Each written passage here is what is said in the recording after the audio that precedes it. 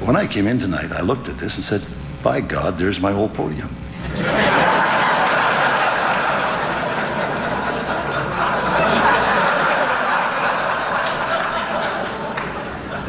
And I had said, at the end of the day, I wanted to be buried next to my podium. And last year, I almost was. But I'll be brief tonight. I can only speak at length if I'm being taped.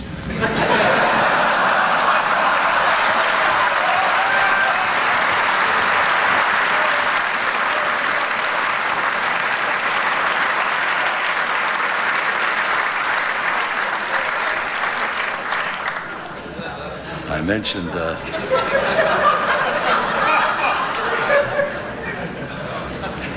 mentioned the illness, and in fact, just about a year ago today, I was, as some of you know, was in pretty bad shape. But I survived, and when asked how I felt, I quoted the story of the old Irish guy who went through similar things, and he was asked how he felt. And he said, well, I tell you, every morning I get up, and I stretch my arms as far as they'll go in either direction. And if neither hand touches the side of a box, I know I'm having a good day.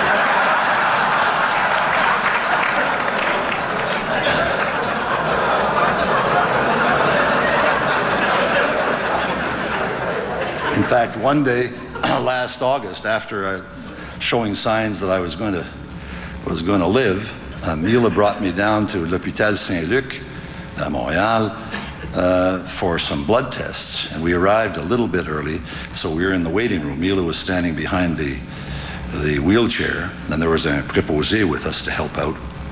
And as she put me in, I was feeling pretty good because I was still around.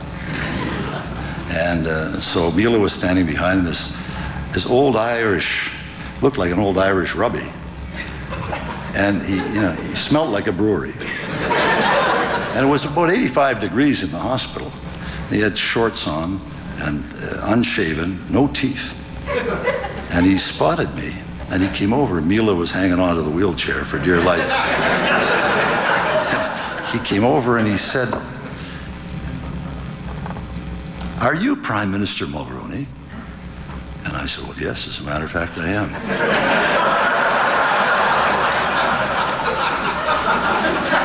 Feeling pretty good that I was still around.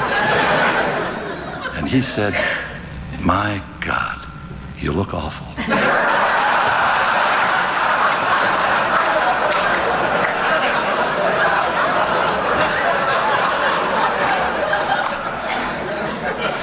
Well, I'm honored by this award very much.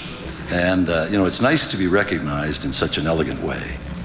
And particularly, I was particularly gratified by the generous comments and the thoughtful analysis of some of the judges. For example,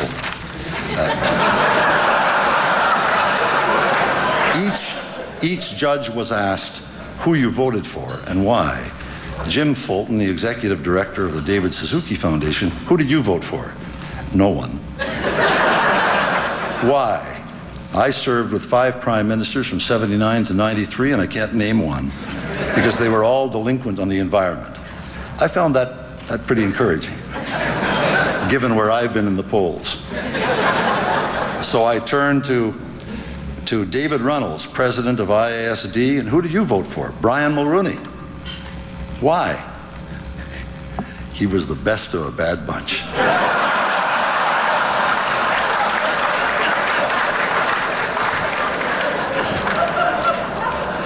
I want to tell you, when you've been where I've been, this is a hell of a ringing endorsement.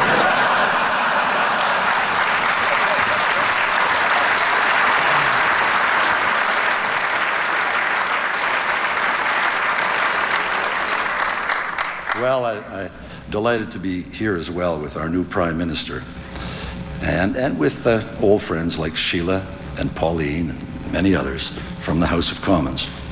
But I follow the Prime Minister fairly closely, and someone who was there for 9 years. I'm probably qualified just to say a few things. Prime Ministers, generally speaking, after they're sworn in, there's only one thing they have to come to grips with, and to learn. And that's humility. Now, not me.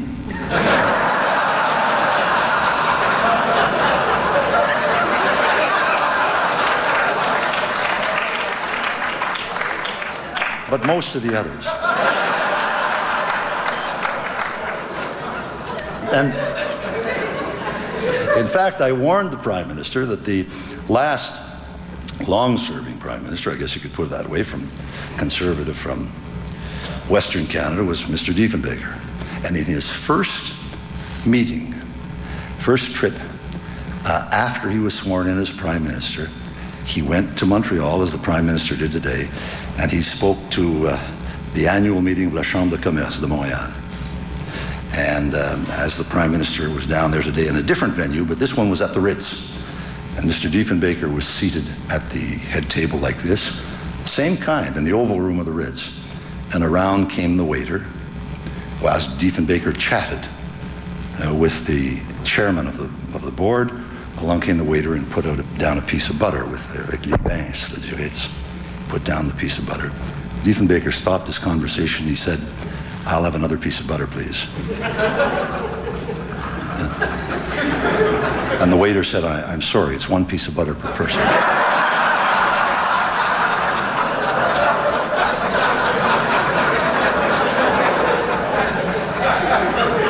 So Mr. Diefenbaker said, I'm sorry, do you know who I am? The waiter said, no. He said, I'm the Right Honourable John Diefenbaker, the new Prime Minister of Canada, and I want another piece of butter. And the waiter said to Diefenbaker, do you know who I am? Diefenbaker said, no. He said, I'm the guy who gives out the butter.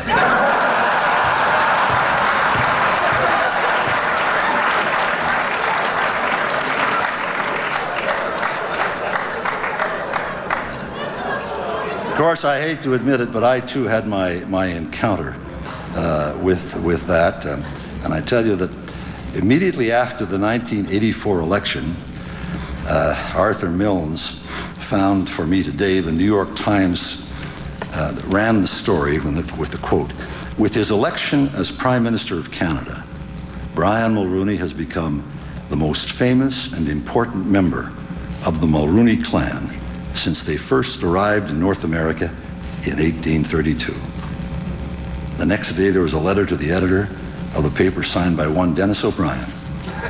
And the letter said, Dear Sir, Mr. Mulroney appears to be a fine young man, and I wish him well in his new responsibilities. But I must point out that in 1923, Edward P. Mulroney was elected president of the New York State Liquor Control Board. And as far as I'm concerned, this is a hell of a lot more important than being Prime Minister of Canada."